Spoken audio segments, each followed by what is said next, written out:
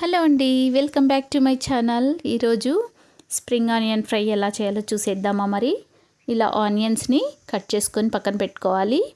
ఇప్పుడు spring onions అన్నిటినీ కూడా చిన్న చిన్నగా కట్ చేసుకొని పెట్టుకోవాలి. ఇది రోటీ, పుల్కా, చపాతీ దేంట్లోకైనా చాలా బాగుంటుందండి. ట్రై చేయండి. రైస్లోకి సైడ్ డిష్గా కూడా యూస్ చేసుకోవచ్చు మనం.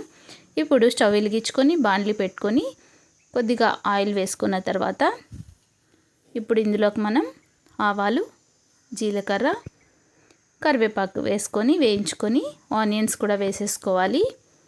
వీటిని బాగా ఫ్రై చేసిన తర్వాత ఇందులోకే మనం పసుపు యాడ్ చేసుకోవాలి. చాలా చాలా టేస్టీగా ఉంటుందండి. చపాతీలోకి అయితే చాలా బాగుంటుంది. ఇప్పుడు ఒక పౌడర్ చూపించాను కదా, ఇది ఒట్టి వేయించుకున్న పల్లీల పొడి అండి. ఇప్పుడు ఉప్పు, కారం ఏమీ అందులో వేయలేదు కాబట్టి ఇప్పుడు ఆనియన్స్లోకే మనం కారం యాడ్ చేసుకోవాలి. అలాగే ఇప్పుడు ఈ కట్ చేసి పెట్టుకున్న స్ప్రింగ్ ఆనియన్స్ వేసేసుకోవాలి. ఇవి బాగా కలుపుకొని మూత పెట్టేసుకొని సిమ్లో పెట్టేయాలండి. మూత తీసి ఒకసారి టెస్ట్ చేసుకోవాలి ఉడికినాయా లేదా అని. కాస్త సాల్ట్ కూడా యాడ్ చేసుకొని కలుపుకోవాలి.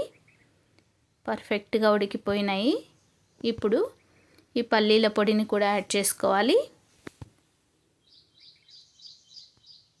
ఉప్పు, కారం ఇవన్నీ కూడా మీ టేస్ట్కి తగ్గట్టుగా అడ్జస్ట్ చేసుకోవచ్చు మీరు.